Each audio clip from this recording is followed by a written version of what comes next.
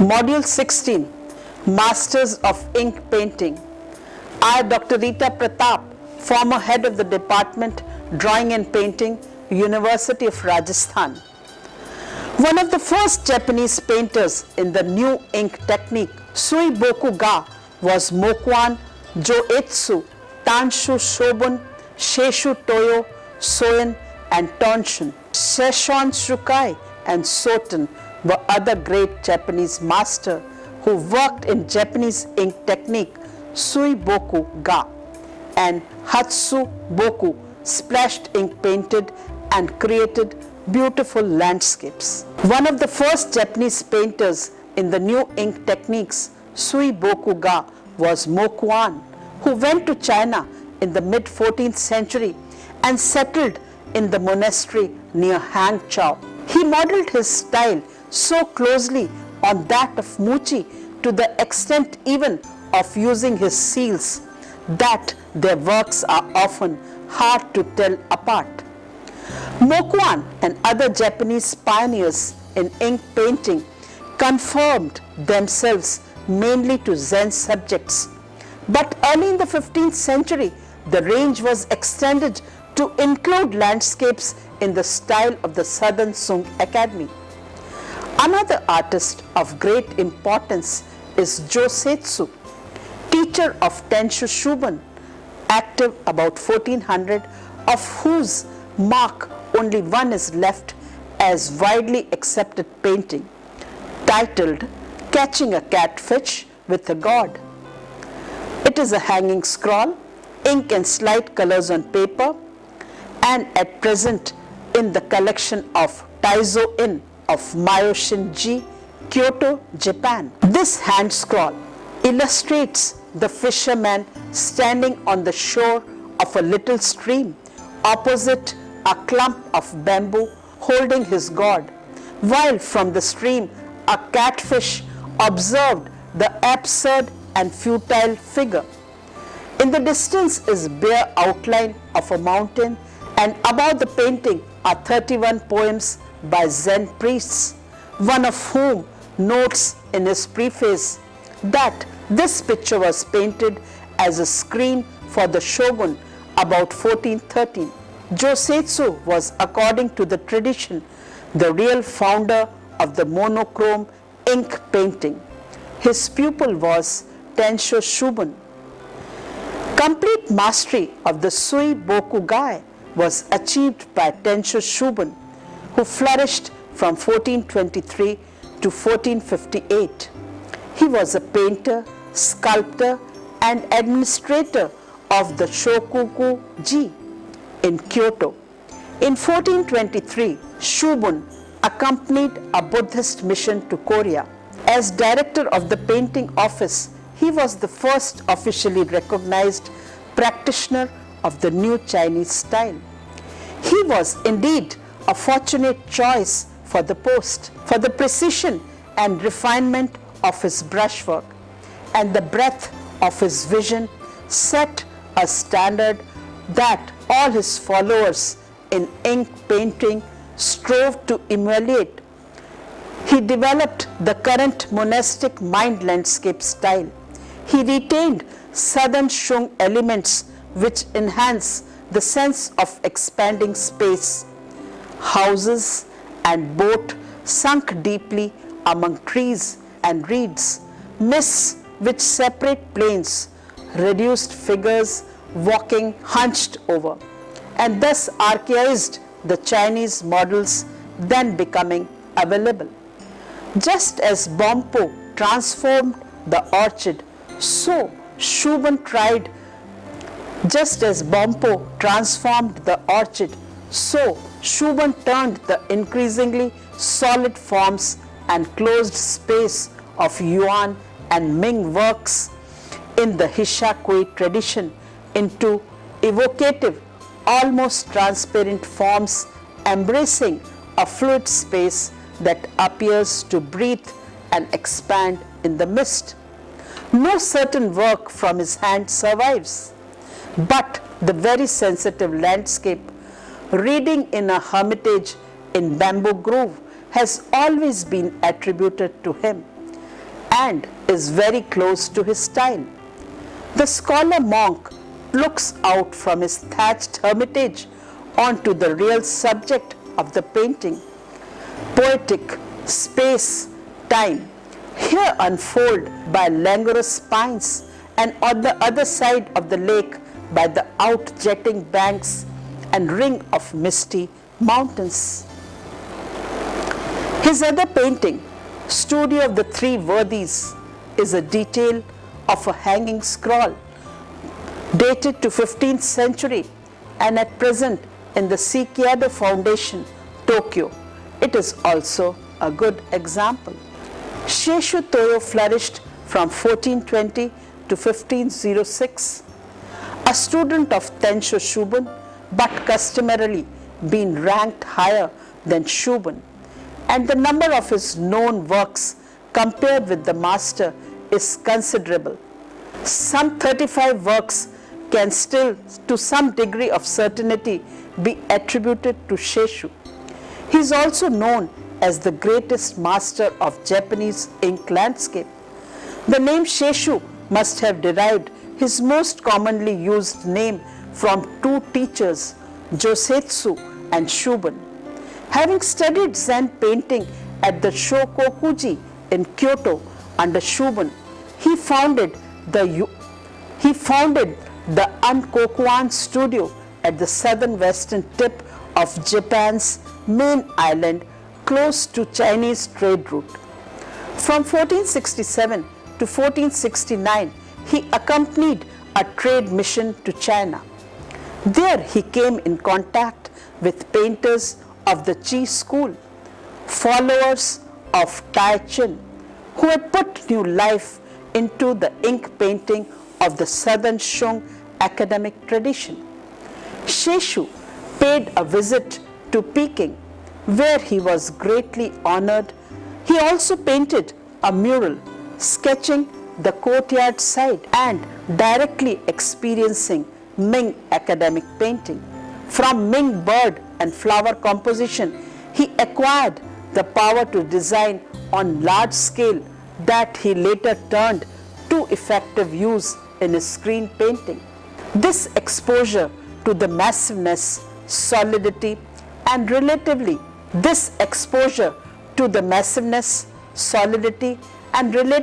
self-sufficiency of Chinese painting in situ profoundly altered Seishu's own vision. On his return to Japan in 1469, Seishu went first to Kyushu.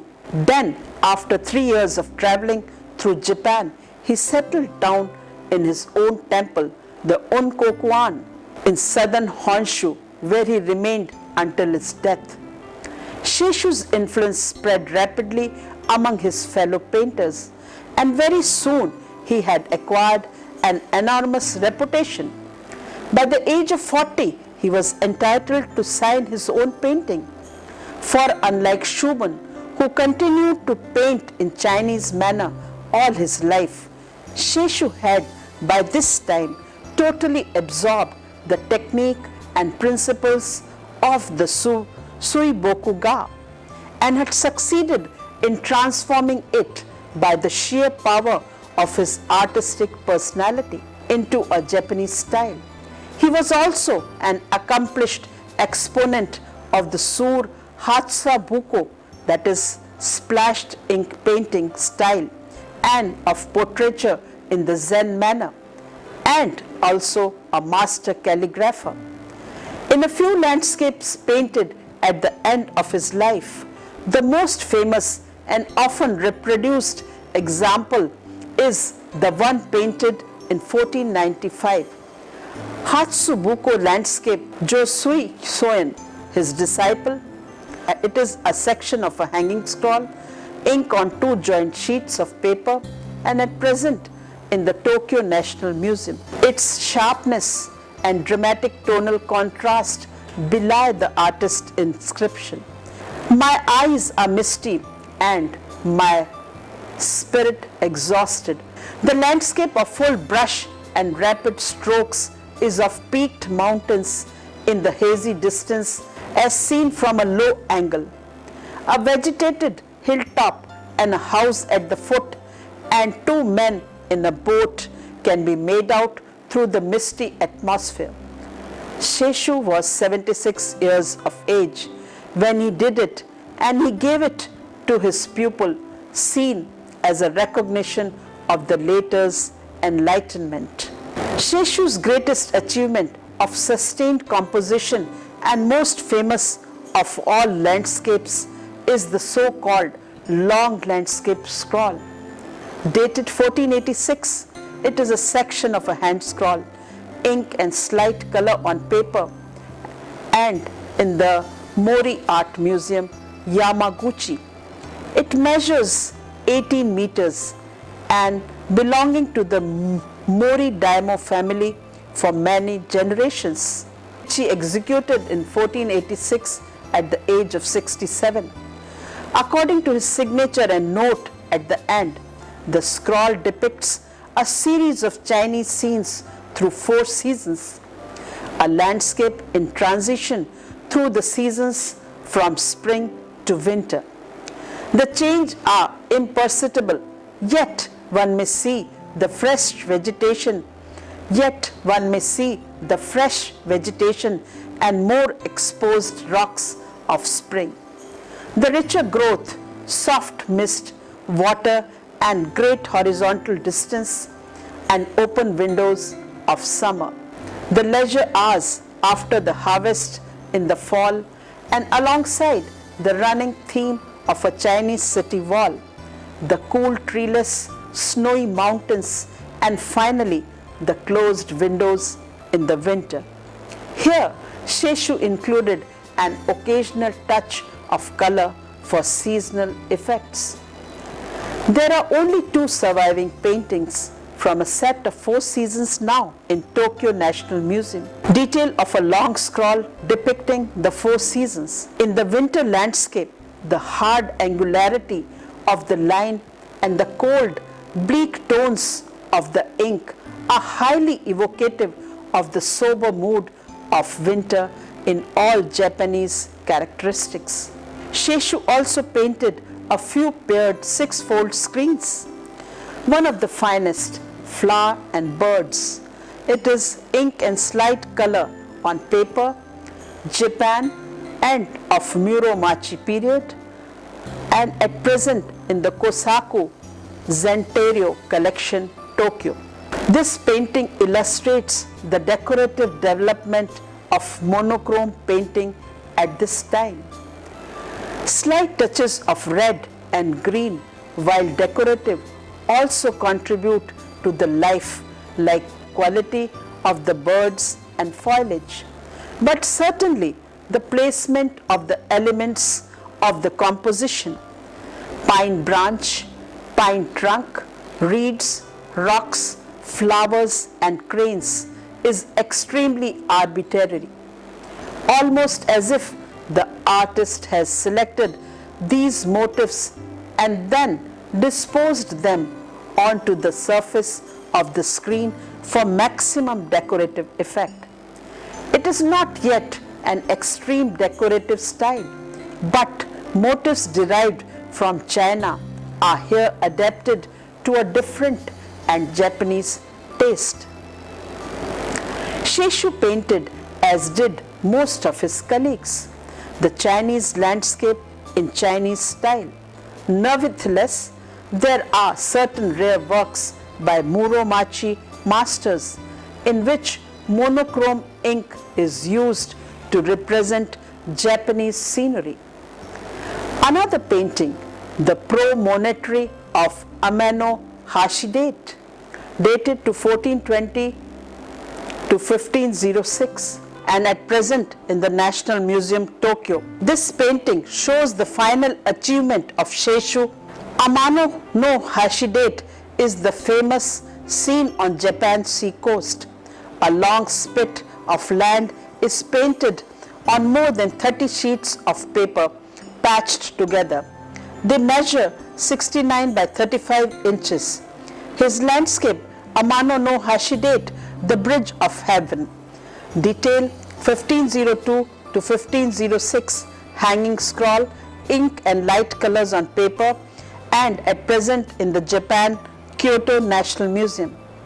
Along the coast of Japan, see northwest of Kyoto, a sandy spit of land reaches across the mouth of the bay. Ranks of pine trees march along the peninsula to the very end of the point. The scene is represented again and again in later Japanese art and is one of the great pilgrimage sites for travelers. Japanese of foreign. The scene is represented again and again in later Japanese art and is one of the greatest pilgrimage sites for travelers, Japanese or foreign. Seishu represents it in a cold blue ink typical of his later work, with just touches of pale orange red giving some warmth to a few temple structure. Here, Seishu's unusual rigorous realism produces one of the most interesting of Seishu's landscape. Besides Ama no Hashidate, Seishu travelled widely in Honshu, Kyushu and maintained a studio in Kyushu and one in Yamaguchi Prefecture. Besides creating these paintings, he sketched the countryside in China. Buildings such as temples are labelled and date the paintings to after 1501, which are within the very last years of his life. Seishu's legacy flourished in various styles. His favorite pupil at the Unkokuan was Soen, who flourished from 1498 to 1500. He received the master's famous Habuku splattered ink landscape as a certificate of his proficiency in the style. In Soen's own Habuku landscape, ink on paper, late 15th century or early 16th century, the handling of brushwork and ink is far closer to Seishu than to Shobun or the original. Southern Sung master Yu Jijan are more poetic than Seishu's work. The organization of space is nevertheless conditioned by the mass and motion. The mist engirdled central range twists into the picture plane in an S curve, while an arrow straight boats head for the center from the left, and a firm plank bridge brings in potential motion from the right. All forces converge at the central foreground in a dynamic thrust of jet black strokes. This is in direct opposition to the dispersing nature of Shobun's school works. Another follower of Seishu is Toshun, who flourished from 1506 to 1542, echoes the master's sense of turbulence in splattered ink version of Yujijan views on Chiao and Chiang. Toshun work is closer to Seishu's in both brush technique and expression. He is one of the 8 painted hanging scrolls, Evening Snow, from 8 views of the Chiao and Chiang, ink on paper, early 16th century, shows the white snow mountain on the left, while a waterfall flows from a crevice over a snow-covered rocks. The wintry gale is blowing snow towards the mountain across a darkening sky. Another hanging scroll, softer and simpler, by Seishu's pupil Shu Getu Tokan, who flourished from 1440 to 1529, is Hatsubuko landscape, ink on paper, and at present in the Cleveland Museum of Art. Here, the variation of wash is delicately controlled, that the tones are minutely calculated so that each wash occupies the imaginary space provided for it, that a foreground rock does come forward, that a distant building and its surrounding shrubbery recede. Still, ultimate knowledge of the picture remains beyond our grasp. In comparison to other later works in the splashed ink style, these have a wide range of tone. Such work can be a silent dialogue between a great artist and the materials, brush, ink and paper, that he knew best and on their own terms. His most famous work is probably one of his smallest, an album painting of a fishing boat in a storm hurrying to the shelter of the shore. It is dated 16th century, ink and color on paper, and at present in Kyoto, Japan. Perhaps 12 inches wide past a point land with a sway-backed hut and a wind-blown tree. One looks out to strong sea and a small boat running landward before the wind. In the waves in the right foreground, in the type of brushstroke used to represent the wind-blown tree or the curve and bend of the bamboo above the hut, one sees an elegant and refined decoration quality within a masterful Shin style. From a 6-panel folding screen is a tiger. It is also 16th century painting, at present in the Cleveland Museum, Ohio. This painting shows his command on a variety of ink subjects and styles.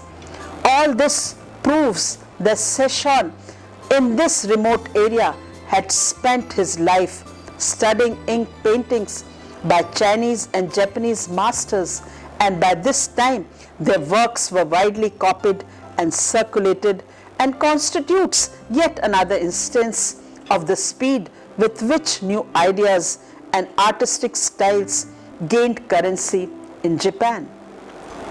Kenko Shoki was active from 1478 to 1506, also called Kei Shoki, was the painter monk. He was a painter monk of Kenchoji, Kamakura. His paintings emphasize the uncharacteristically sharp brushwork. Shoki's masterpiece, Spring Landscape, is a hanging scroll, ink and slight color on paper, and at present in the Nezu Art Museum, Tokyo.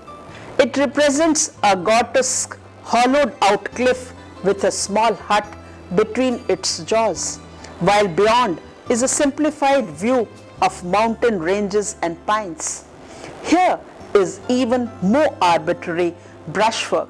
Here is even more arbitrary brushwork and composition than that of Szechu.